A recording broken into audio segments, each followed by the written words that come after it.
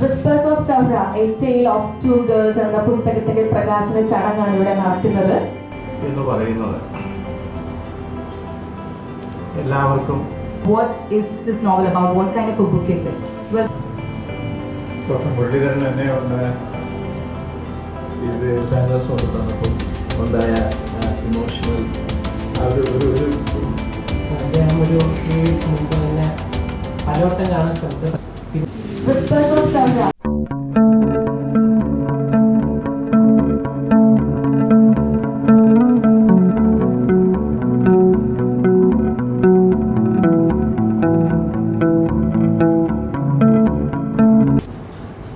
എഴുതുക എന്ന് പറയുന്നത്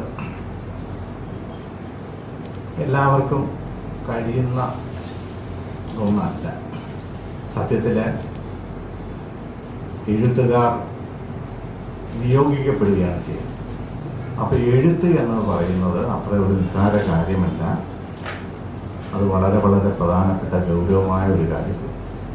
എൻ്റെ കൈകൾ കൊണ്ടാണ് ആ പുസ്തകം പ്രകാശനം ചെയ്തത്. അതും ഒരു നിയോഗമാണെന്ന് തോന്നുന്നു. എഴുത്തിൻ്റെ ഒരു വിത്ത് അദ്ദേഹം ഇതിനകം ഈ നോവൽ പറയുന്നത് ഞാൻ 2022 ഒരു തണുത്ത പ്രഭാതത്തിൽ എൻ്റെ മനസ്സിൽ വിരിഞ്ഞു വന്ന കഥ ഇങ്ങനെ വികസിച്ചു വന്നു എന്നാണ്. പക്ഷേ ഞാൻ അങ്ങനെ കരുതുന്നില്ല. ഞാൻ എഴുതുന്ന ആളായതുകൊണ്ട് അത് നമ്മളിലെ ഉള്ളിലേക്ക് നിക്ഷേപിക്കപ്പെട്ട ഒരു പ്രകാശത്തെ അതിന് ഈ ഒരു വിത്ത് വളർന്നു വരുന്നതിന് നിരവധിയായ ഭൗതിക സാഹചര്യവും ആത്മീയമായ സാഹചര്യവും വേണം. അതിനനുസരിച്ച് വിടർന്ന് പുഷ്പിച്ച ഒരു പുസ്തകമാണ് നമ്മുടെ മുമ്പിലിരിക്കുന്നത്.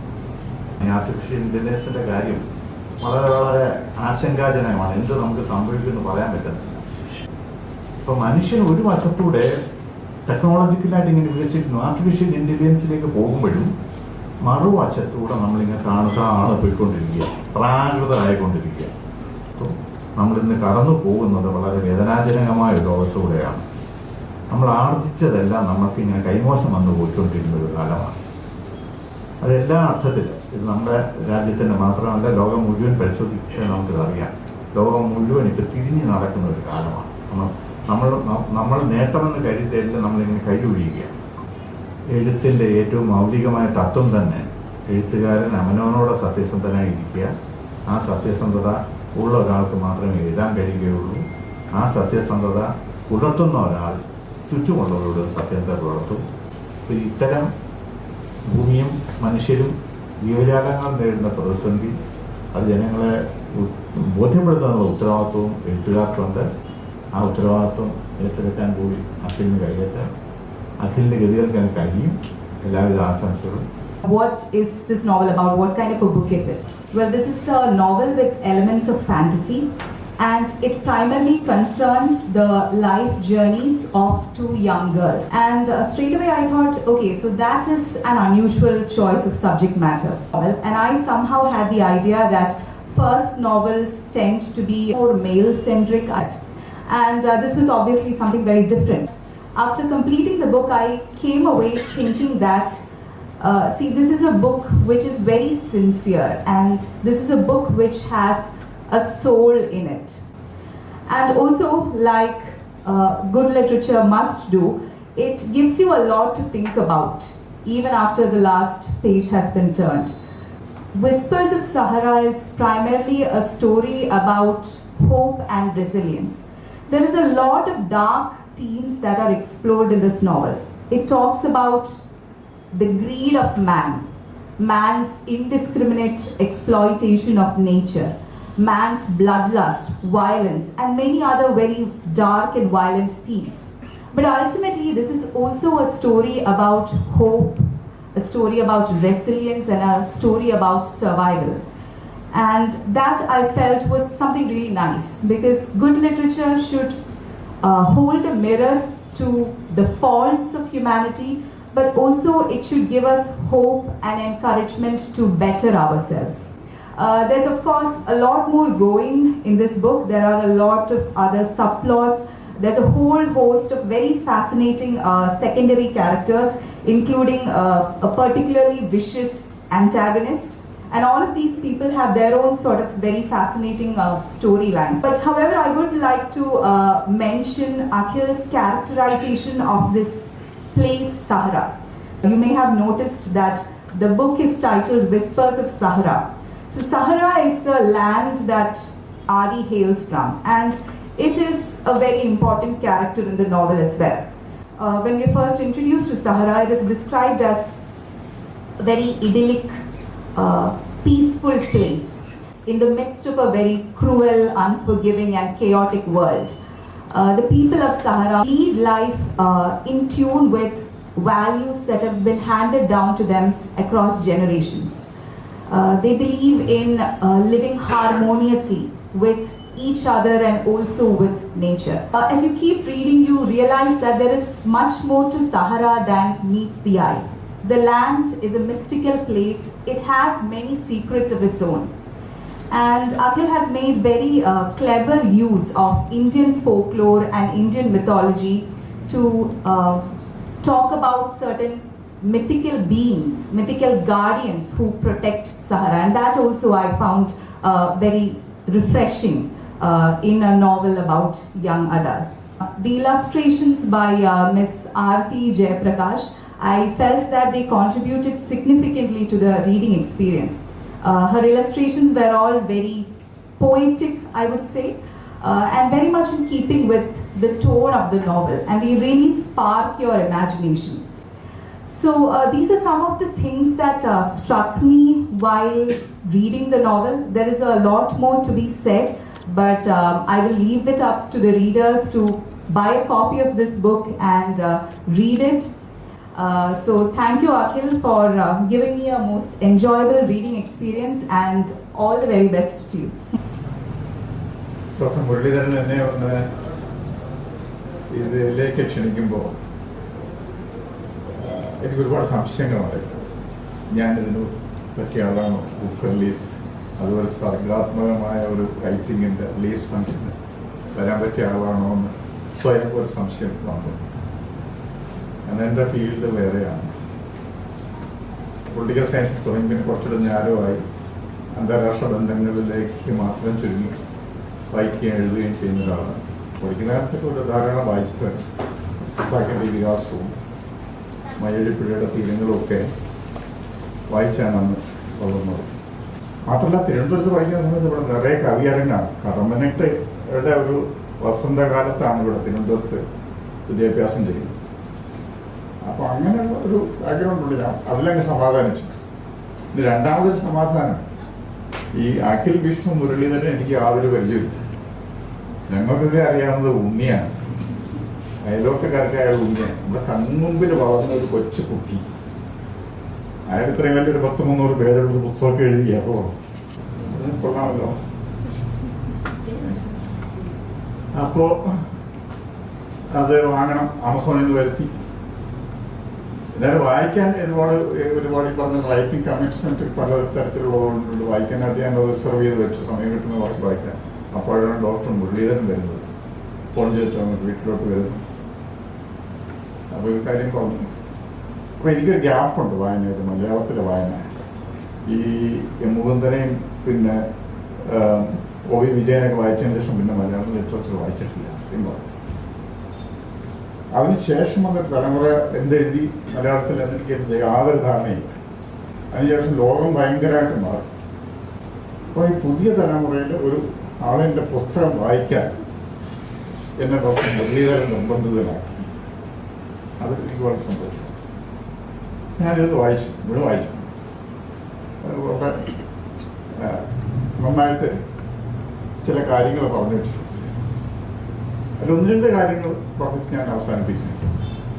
ഒന്ന്, ഇന്ന് രാവിലെ മുതൽ പിന്നെ വാർത്താ ചാനലുകളിൽ കാണുന്നത് വയനാട്ട് സംഘർഷമാണ് മനുഷ്യൻ മൃഗങ്ങളും തമ്മിലുള്ള. ഇത് വായിച്ച ഒരു അന്തരീക്ഷത്തിൽ അത് നോക്കിക്കാണുമ്പോൾ ഇതിനകത്തെ അഖിലിൻ്റെ ഒരു പറഞ്ഞ സഹ്റ എന്ന് പറയുന്ന ആ ഒരു ഇമാജിനറി സ്ഥലം, അവിടെ മൃഗങ്ങളുണ്ട്, മനുഷ്യനുണ്ട്. അവർ വളരെ എന്താ പറയണ്ടത്, അയാളുടെ തന്നെ ഉപയോഗിക്കുകയാണെങ്കിൽ വാക്കുകൾ ഉപയോഗിക്കുക സസ്റ്റൈനബിൾ കോ എക്സിസ്റ്റൻസ്. അവിടെ സംഘർഷമില്ല. അങ്ങനെ സംഘർഷമില്ലാതെ മനുഷ്യനും മൃഗങ്ങൾക്കും ജീവിക്കാൻ പറ്റും. പ്രകൃതിയും മനുഷ്യനുമായിട്ടുള്ള ആ ഒരു കോ എക്സിസ്റ്റൻസ് എത്ര മനോഹരമായിട്ടാണെന്ന് അറിയുമോ വരച്ചിട്ട്. ഇത് അകലിൽ ഒരു ദിവസത്തോ അല്ലെങ്കിൽ ഒരു 2 വർഷം കൊണ്ടോ ചിന്തയിൽ വന്നതാണെന്ന് ഞാനും വിശ്വസിക്കുന്നില്ല. പുസ്തകം റിലീസ് ചെയ്ത ശ്രീ റഹീം പറഞ്ഞതുപോലെ ഇതൊരു സംസ്കാരം ഉള്ളിലുണ്ട്. അതിൻ്റെ ഒരു ഒരു ഒരു ബഹിർസ്ഫുരണമാണ് അങ്ങനെ പുറത്തേക്ക് വന്നതാണ്. രണ്ടാമത് ഈ സോഷ്യൽ സയൻസ് പഠിപ്പിക്കുകയും ചെയ്യുന്ന ആളെന്നുള്ള നിലയിൽ പലപ്പോഴും നിങ്ങളുടെ ഇന്റർനാഷണൽ റിലേഷൻസിന്റെ ഭാഗമായിട്ട് തന്നെ ധാരാളം ഫെമിനിസം അതിലൊരു തിയറിറ്റിക്കൽ ആൻഡ് ആസ്പെക്ട്സ് ധാരാളം വായിക്കാറ്. പല പേരുകളും വളരെ ഫെമിലിയറാണ്. ഒരു വളരെ തീവ്രമായ നാരീവാദം പറയുന്ന ആൾക്കാർ പറയുന്ന ഒരു വലിയ പ്രശ്നം മാതൃത്വമാണ് കുഴപ്പം. സ്ത്രീകളെ അടിമയാക്കുന്നത് മാതൃത്വമാണ്. അപ്പൊ ഈ മാതൃത്വം എന്ന് പറയുന്ന അവസ്ഥയിൽ നിന്ന് രക്ഷപ്പെട്ടാൽ സ്ത്രീകൾക്ക് മോചനമുണ്ട്. മദറും ഇത് problem for the emancipation of woman. Jawaharlal Nehru യൂണിവേഴ്സിറ്റിയിലെ ഒരു പൊളിറ്റിക്കൽ സയൻസ് പ്രൊഫസറുണ്ട്, നിവേദിത മേനോൻ. അവരുടെ ഒരു പുസ്തകം സീയിങ് ലൈക്ക് എ ഫെമിനിസ്റ്റ്. അത് ഒരു ക്ലാസിക് വർക്കാണെന്നാണ് നാരീവാദത്തിൻ്റെ ആൾക്കാർ പറയുന്നത്. അതിൽ പറയുന്നത് സ്ത്രീകൾക്കിപ്പോൾ ആധുനിക ടെക്നോളജിയുടെ സഹായത്താൽ ഈ പറയുന്ന മാതൃത്വത്തിൻ്റെ തടവറയിൽ നിന്ന് രക്ഷപ്പെടാം. ഒരു മദർഹുഡിൻ്റെ കീ ഫങ്ഷൻസ് വിഭജിച്ച് 2-3 സ്ത്രീകൾക്കായിട്ട് കൊടുക്കാൻ പറ്റും. ഏറ്റവും കൂടുതൽ ഫങ്ഷൻ വേണമെങ്കിൽ പുരുഷന് കൊടുക്കാം, കുട്ടികളെ വളർത്തുക എന്നുള്ളത്. അപ്പം ആ നിലയിൽ ഈ ഫങ്ഷൻസ് ഇങ്ങനെ വിഭജിച്ച് കൊടുത്താൽ പിന്നെ മോചനം സാധ്യമാവും. എന്നെ വല്ലാതെ ആകർഷിച്ച ഒരു സ്റ്റേറ്റ്മെൻ്റ് ഉണ്ട് ഈ പുസ്തകത്തിൽ. അതിനകത്ത് ഈ ആദ്യം എന്ന് പറഞ്ഞ പെൺകുട്ടി അവളുടെ ട്രൈബലിൻ്റെ ചീഫ്റ്റനും കൂടെ ട്രൈബിൻ്റെ ലീഡറാണ്. അവളെ ട്രൈബിൻ്റെ ലീഡറായിട്ട് എടുക്കുന്ന സമയത്ത് കുറേ സംശയങ്ങൾ വന്നു. അത് പറ്റുമോ? പെൺകുട്ടി അവൾ ആകപ്പാടെ 16 വയസ്സായിട്ടുള്ളൂ. ഇവൾ ചീഫാക്കാൻ പറ്റിയല്ല, അവൾ എങ്ങനെ പ്രവർത്തിക്കും? അതിന് പറ്റുമോ? അവൾക്ക് കഴിവുണ്ടോ? പ്രത്യേകിച്ചും സ്ത്രീയുടെ ജോലി എന്ന് പറയുന്ന അമ്മയാകുകയല്ലേ എന്നൊക്കെ. അപ്പം അതിന് അവളുടെ പിന്നെ അമ്മൂമ്മ, അച്ഛൻ്റെ അമ്മ അവിടെ എണീച്ച് അവരുടെ ആ ട്രൈബൽ കമ്മ്യൂണിറ്റിയുടെ പൊതുയോഗത്തിൽ പറയുന്ന സ്റ്റേറ്റ്മെൻറ്റാണ്. അതെന്നെ വല്ലാതെ ആകർഷിച്ചു. Let me ask you this. Your mother raised 6 unwise and undisciplined babies and turned them into wise and disciplined men. It's not just her story. It's the story of every mother in this world. If she could shape babies into warriors, what makes you think a woman is incapable of leading a group of wise and experienced men? So it's a very shocking statement. Shocking in the sense, ഞാൻ നേരത്തെ പറഞ്ഞില്ലേ മറ്റേ fire stone Nivedita മേനോനൊക്കെ പറഞ്ഞതിനെ ഒരു ചെറിയ 2-3 sentence കൊണ്ട് blast ചെയ്തിരിക്കുന്നത്. ഈ ഇങ്ങനെ ഒരു ടെക്നോളജിയുടെ ഒരു തടവറയിലേക്ക് നീങ്ങിക്കൊണ്ടിരിക്കുന്ന മനുഷ്യന്റെ ആ ഒരു പ്രത്യേക അവസ്ഥയെ പറ്റി ഉള്ളിലെവിടെയോ ഒരു സ്പാർക്ക് അഖിലിൻ്റെ ഉണ്ട്. അതിൻ്റെ ഒരു എന്താ പറയുക റിഫ്ലക്ഷനാണ് ഈ പുസ്തകം എന്ന് എനിക്ക് തോന്നുന്നു. താങ്ക് യു ഉണ്ണി. അഖിലൊക്കെ പറയാൻ പ്രയാസമാണ്. You still and Unni with us. അപ്പോൾ ഉണ്ണിയുടെ ഈ എഫർട്ടിനെ അഭിനന്ദിക്കുന്നു. Thank you. അതായത് ഞാൻ എഴുതി തുടങ്ങിയത് ഞാൻ പത്രത്തിൽ ജോലി ചെയ്യുമ്പോൾ, ഗൾഫിൽ ജോലി ചെയ്യുമ്പോഴാണ്. അതായത് അരുന്ധതി റോയ്ക്ക് ബുക്ക് പ്രൈസ് കിട്ടിയപ്പോൾ ഞാനും എഴുതി തുടങ്ങി. ഞാനും വിചാരിച്ചു എനിക്കും ഉണ്ടൊരു കഥ പറയാം, കേരളത്തിൻ്റെ ഗ്രാമത്തിൽ നിന്നുള്ളൊരു കഥ പറയാൻ എനിക്കുമുണ്ട്, നമുക്ക് എല്ലാവർക്കും ഉണ്ട്. അപ്പോൾ അതുകൊണ്ട് ഞാനും എഴുതി തുടങ്ങി. അന്ന് എഴുതി തുടങ്ങിയ നോവൽ ഇതുവരെയും പുറത്തു വന്നിട്ടില്ല. അതാണ് ഇപ്പോൾ പെൻഗ്വിൻ വരാൻ പോകുന്നത് ഈ വർഷം അവസാനം. എൻ്റെ ആദ്യത്തെ പുസ്തകം ഞാൻ അവസാനം എഴുതിയ പുസ്തകം പുറത്തു വരുന്നത്. These are the things that happen in publishing. Writing is a lonely affair. It's a painstakingly lonely affair. എവിടെ എത്തുമെന്നോ ആരെങ്കിലും വായിക്കുമെന്നോ ഒന്നും നമുക്കറിയില്ല.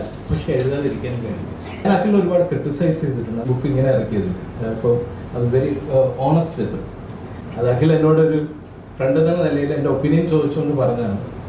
പബ്ലിഷ്ഡ് ആൻഡ് അൺപബ്ലിഷ്ഡ് ഒരു നേരത്തെ വരെയാണ്, പക്ഷെ അത് വലിയ ഒരു ആ മതിൽ കടക്കാൻ ഭയങ്കര വിഷമമാണ്. ഞാൻ മടുത്ത് നിർത്തിയതാണ്, റിജക്ഷൻ സഹിക്കാൻ വയ്യാതെ പബ്ലിഷേഴ്സിൻ്റെ. എഴുത്ത് നിർത്തുകയാണെന്ന് പറഞ്ഞപ്പോൾ എൻ്റെ കസിനുണ്ട്, നിങ്ങൾക്കറിയാം ഗനീസ്, ഇത് വെൽ നോൺ റൈറ്റർ. ഗനീസ് എന്നോട് പറഞ്ഞു ടെനാസിറ്റി ഈസ് വെർച്യു. നമ്മൾ നിൽക്കണം, നമ്മൾ എഴുതിക്കൊണ്ടേയിരിക്കണം. എപ്പോഴാണ് അത് സംഭവിക്കുന്നതെന്ന് അറിയില്ല. എനിക്ക് ആ യൂഷ്വൽ റിജക്ഷൻ ലെറ്റർ അറിയാം, ഇങ്ങനെ thank you for sending U manuscript with us. However, we are not in a position to publish your book with us. ഇതൊരു പ്രത്യേക ദിവസമാണ്, എനിക്കറിയാം. എനിക്കിപ്പോഴും ഓർമ്മയുണ്ട് ആ വൈകുന്നേരം എൻ്റെ കയ്യിൽ ക്ലിഫ് ഹാങ്ങേഴ്സ് കൊണ്ട് തന്നപ്പം ഉണ്ടായ ഇമോഷണൽ ആ ഒരു ഡ്രീം കം ട്രൂ. വിശ്വസിക്കാൻ പറ്റൂല. ഞാൻ കുറേ ദിവസം 2 ദിവസം എടുത്തിട്ട് സിങ്കിങ് ചെയ്യാം ഇതൊന്ന്. ഞാനും ഒരു പബ്ലിഷ്ഡ് ഓതർ ആണല്ലോ എന്നറിയാം. So this is a moment for Akhil. Thank you Akhil. I'm so sorry for ഒരുപാട് കാര്യം 1-2 പ്രാവശ്യം ഓഫീസിൽ വന്ന് വിളിച്ചു, എത്ര വിളിച്ചു എന്നറിയാം. പെർസിസ്റ്റിംഗ്. ഫൈനലി അഖിൽ ഇടിച്ച് നമ്മുടെ ഓഫീസിൽ വന്ന് കണ്ടു. I M so GLAAD. Thank you. അദ്ദേഹം ഒരു 2 weeks മുമ്പ് തന്നെ പലവട്ടം കാണാൻ ശ്രമിച്ചത്. പിന്നീട് വീട്ടിൽ വന്ന ബുക്ക് തന്നു. അപ്പം ബുക്കിനെ കുറിച്ച് എൻ്റെ അടുത്ത് വിവരിക്കാൻ പോയപ്പോൾ ഞാൻ പറഞ്ഞു വേണ്ട, ഒന്നും പറയണ്ട, എനിക്കിത് വായിച്ച് എനിക്ക് ആ ഒരു എക്സ്പീരിയൻസ് ആണ് വേണ്ടത്. ഞാൻ ഒരു ഫിലിം കാണാൻ പോകുമ്പോൾ പോലും ഞാൻ ഒരു റിവ്യൂ അല്ലെങ്കിൽ അതൊന്നും കാണില്ല. എനിക്ക് ആ ഒരു ഫസ്റ്റ് ഹാൻഡ് എക്സ്പീരിയൻസ് വേണം. അതിനെക്കുറിച്ച് വേറെ ഒന്നും എനിക്ക് കേൾക്കണ്ട. അതുകൊണ്ട് അത് വായിക്കണമെന്നുള്ള ഉദ്ദേശത്തോടു കൂടി തന്നെയാണ് എടുത്തത്. അപ്പോൾ സാധാരണ ഒരു ഇന്ത്യൻ ഓതറിൻ്റെ ഇംഗ്ലീഷ് ബുക്സ് വായിക്കുമ്പോൾ കുറച്ച് കോഷൻ ഞാൻ അത്ര പ്രിഫർ ചെയ്യില്ല. കാരണം എല്ലാത്തിനും ഒരു വെസ്റ്റേൺ യൂറോപ്യൻ അല്ലെങ്കിൽ ഒരു അമേരിക്കൻ നോവലിൻ്റെ സക്സസ്ഫുൾ ആയിട്ടൊരു നോവലിൻ്റെ പാറ്റേൺ പിടിച്ചിട്ടുള്ള, ഇപ്പോൾ അല്ലെങ്കിൽ ഡാൻ ബ്രൗണിൻ്റെ ഒക്കെ പാറ്റേൺ അല്ലെങ്കിൽ ഹാരി പോട്ടറിൻ്റെ ഒരു സാധനം. പക്ഷെ അത് ഒരുപാട് വായിച്ച് അതൊരു സാച്ചുറേറ്റഡ് ആയിട്ടുള്ള ഒരു സംഗതിയായി മാറി. പിന്നെ ഇനി ഇവിടെ മിസ്സിംഗ് ആയിട്ടുള്ള എന്താ, ഇന്ത്യൻനെസ് അല്ലെങ്കിൽ ഇവിടുത്തെ കൾച്ചറും ഹെറിറ്റേജും ഇനിയും ബേസ് ചെയ്തിട്ടുള്ള ബുക്സ് അങ്ങനെയുള്ളതാണെങ്കിലോ അവരെല്ലാം ഈ ഇപ്പോൾ ഇമ്മോർട്ടൽസ് ഓഫ് മെരി അതൊക്കെ ഒരു ബോളിവുഡ് ഫിലിമിൻ്റെ സ്റ്റൈലിൽ ഏൻഷ്യൻ സ്ക്രിപ്റ്റേഴ്സിനെ ഒന്നും സ്റ്റഡി ചെയ്യാതെ വെറും വിക്കിപീഡിയയിൽ കാണുന്ന വേദങ്ങളുടെ അതിൻ്റെയൊക്കെ മാത്രം വായിച്ചുകൊണ്ട് സർഫസ് ലെവലായിട്ടുള്ള ഒരു സ്റ്റഡി മാത്രം നടത്തി അങ്ങനെ കുറേ ബുക്സ്. അപ്പോൾ ഇങ്ങനെ കുറേ ചെക്ക് ലിസ്റ്റുകളുണ്ട് ഞാൻ കൺസേൺഡ് ആയിട്ടുള്ളത്. പക്ഷെ ഇത് കൊണ്ടുവന്നപ്പോഴത്തേക്ക് ഞാൻ ആദ്യം സംശയിച്ചു ഇനി ഇങ്ങനെ വല്ലതും ആണോ എന്ന് വെച്ചു. പക്ഷെ അതൊന്നും അങ്ങനത്തെ ഒരു പ്രശ്നങ്ങളൊന്നും ഇതിലില്ല. പിന്നെ ഈ പറഞ്ഞ സർഫസ് ലെവലായിട്ടുള്ള സ്റ്റഡിയല്ല. ഇവിടുത്തെ ഈ പറഞ്ഞ ഈ ഒരു ഇന്ത്യൻനെസ് ആ ഒരു മോറൽസിനെ വെച്ചുകൊണ്ടുള്ള ഒരു സ്റ്റോറി ലൈനാണ്. അതിൻ്റെ ആ വാല്യൂസ്, ഫാമിലി വാല്യൂസ് എല്ലാം സാധാരണ ഇവിടുത്തെ ഫാമിലി ഡൈനാമിക്സിനെ ക്രിട്ടിസൈസ് ചെയ്തുകൊണ്ടാണ് നമ്മുടെ നോവൽസിൽ വരുന്നത്, ഇപ്പോൾ കണ്ടുവരുന്ന നോവൽസിൽ.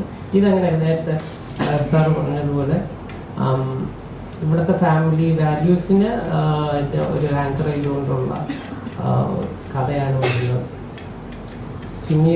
പിന്നെ ഞാൻ ഒരു ഹിസ്റ്ററി എന്തോസിയാസ്റ്റ് ആയതുകൊണ്ട് ഞാൻ എന്തും അതുമായിട്ട് കണക്ട് ചെയ്യും. എനിക്കിത് വായിച്ചപ്പോഴത്തേക്ക് ഒരു പേർഷ്യൻ ടർക്കിഷ് ഇൻവേഷൻ ഭാരതത്തിലുണ്ടായതിൻ്റെ ഒരു മെറ്റഫോറായിട്ട് എനിക്ക് ഫീൽ ചെയ്തു. അതാണോ ഉദ്ദേശിച്ചതെന്ന് അറിയണം, പക്ഷെ എനിക്ക് അങ്ങനെയാണ് ഫീൽ ചെയ്തത്.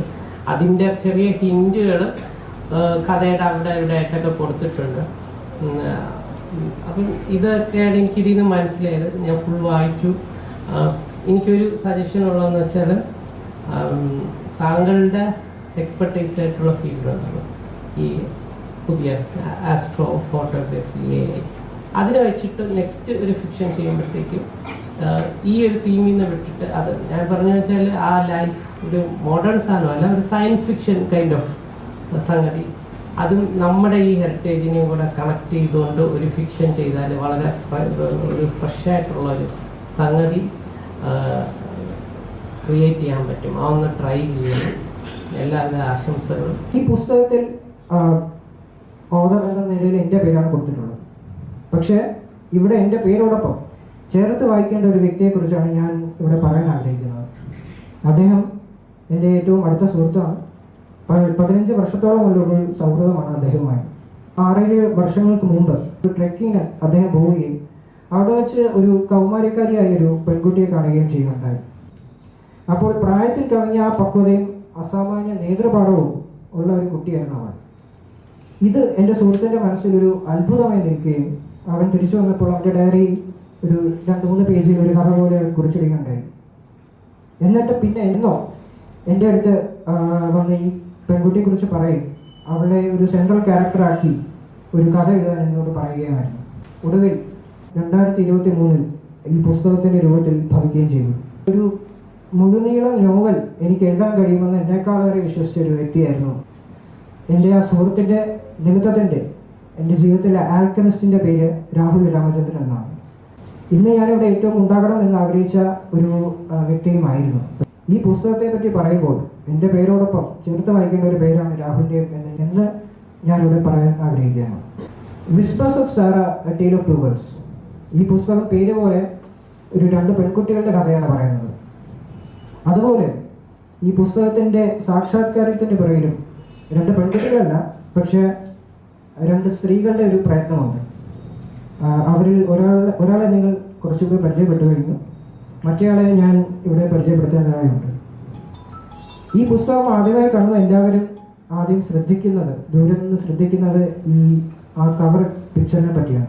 എല്ലാവരും എൻ്റെ അടുത്ത് ചോദിച്ച ചോദ്യം ആരാണ് ഇത് വരച്ചത് എന്നാണ്. അപ്പോൾ അതിനുള്ള ഉത്തരം ഞാൻ എല്ലാവർക്കും ഇന്ന് നൽകുകയാണ്, നേരിൽ കാണിച്ചു തരികയാണ്. ഞങ്ങൾ ഒരുമിച്ച് 2 വർഷത്തോളം ജോലി ചെയ്തിട്ടുണ്ട്. അതിലുപരി എൻ്റെ ഒരു നല്ല സുഹൃത്തും കൂടിയാണ് miss Aarathi Jayaprakash. So I would like to take this opportunity to thank you Aarathi. ഈ പുസ്തകത്തിൻ്റെ ആദ്യത്തെ ഡ്രാഫ്റ്റ്, ദ ഫസ്റ്റ് മാനുസ്ക്രിപ്റ്റ്, ഏകദേശം 500ഓളം പേജ് ഉണ്ടായിരുന്നു. അപ്പം എൻ്റെ മനസ്സിൽ വന്നതെല്ലാം ഞാൻ ഒരു ഫിൽറ്റർ ഇല്ലാതെ ഞാൻ എഴുതി. അതിനുശേഷം ഓരോ വാക്കും ഓരോ വരിയും വായിച്ച് പോളിഷ് ചെയ്ത് ഇന്ന് ഈ കാണുന്ന നിലയിലേക്ക് കൊണ്ടുവരികയായിരുന്നു. The woman who had helped shape this book into what it is today is none other than Reshma Jacob. പക്ഷേ എനിക്കിവിടെ നിങ്ങളോട് പറയാനുള്ളത് ശരിക്കും ഇവരുടെ സ്കിൽ അല്ലെങ്കിൽ ടാലൻറ്റ് മാത്രമല്ല, ഇവർ 2 പേരുടെയും കഴിവ് ഈ പുസ്തകം വായിച്ചിട്ടുള്ളവർ നിങ്ങളെല്ലാവരും നേരിട്ട് മനസ്സിലാക്കിയിട്ടുള്ള ഒരു കാര്യമാണ്. പക്ഷേ ഇവരെക്കുറിച്ച് ഞാൻ നിങ്ങളോട് പറയാൻ ആഗ്രഹിക്കുന്നത് ഇവരുടെ ആറ്റിറ്റ്യൂഡും ആ ഒരു ഡെഡിക്കേഷനെ കുറിച്ചാണ്. And so I would like to tell everybody that this book is not just a culmination of my efforts, but a culmination of our collective efforts. So I'd like to congratulate and thank all 3 of you who helped transform this dream into a sparkling reality. Thank you guys. എനിക്കറിയാം ഞാനിപ്പോൾ ഒരുപാട് സംസാരിച്ചു, പക്ഷേ ദയവായി എനിക്ക് ഒരു 2 minute കൊടുത്തരണം. കാരണം ഇനി എനിക്ക് നന്ദി പറയാനുള്ള 2 വ്യക്തികൾ എന്നെ സംബന്ധിച്ച് വളരെയധികം പ്രാധാന്യമുള്ളവരാണ്. കുറച്ചുകൂടി വ്യക്തമായി പറയുകയാണെങ്കിൽ ഞാൻ നേരിൽ കണ്ടിട്ടുള്ള എൻ്റെ ദൈവങ്ങളാണ്, വേറെ ആരുമല്ല, എൻ്റെ അച്ഛനും അമ്മയുമാണ്. അവരോട് സത്യം പറഞ്ഞാൽ ഒരു നന്ദി പറയുന്നത് ഒരു കണക്കിന് ഒരു മര്യാദക്കുറവാണ്. അവർ എനിക്ക് വേണ്ടി ഈ കാലം അത്രയും ചെയ്തതും ഒരു കടപ്പാടിലൂടെ ഒരു നന്ദി പഠിച്ചിലൂടെ കഴിയില്ല. സോ ഈ അവസരത്തിൽ എനിക്ക് തന്ന സ്നേഹത്തിനും എന്ത് കാര്യങ്ങൾക്കും പിന്തുണയ്ക്കുന്നതും, അതൊരു പുസ്തകം എഴുതാൻ നൽകിയ പിന്തുണ മാത്രമല്ല, എൻ്റെ ജീവിതത്തിൽ എല്ലായ്പ്പോഴും എൻ്റെ കൂടെ നിന്നതിനും വിശ്വസിച്ചതിനും ഒരുപാട് നന്ദി. വിസ്പേഴ്സ് ഓഫ് സഹ്റ എന്ന നോവലിന്റെ സന്ദേശം വരും കാലങ്ങളിൽ അടുത്ത തലമുറകളിലൂടെ മുഴങ്ങും. ഏത് പ്രതിസന്ധികളിലും തളരാത്ത സ്നേഹത്തിന്റെയും കുടുംബ ബന്ധങ്ങളുടെയും സഹോദരഭാവത്തിന്റെയും സ്വയം കണ്ടെത്തലിന്റെയും ഒക്കെ ഒരു യാത്രയിലേക്ക് അല്ലെങ്കിൽ ഒരു ജീവിതത്തിലേക്ക് നമ്മെ ഏവരെയും നയിക്കുവാൻ പ്രചോദിപ്പിക്കട്ടെ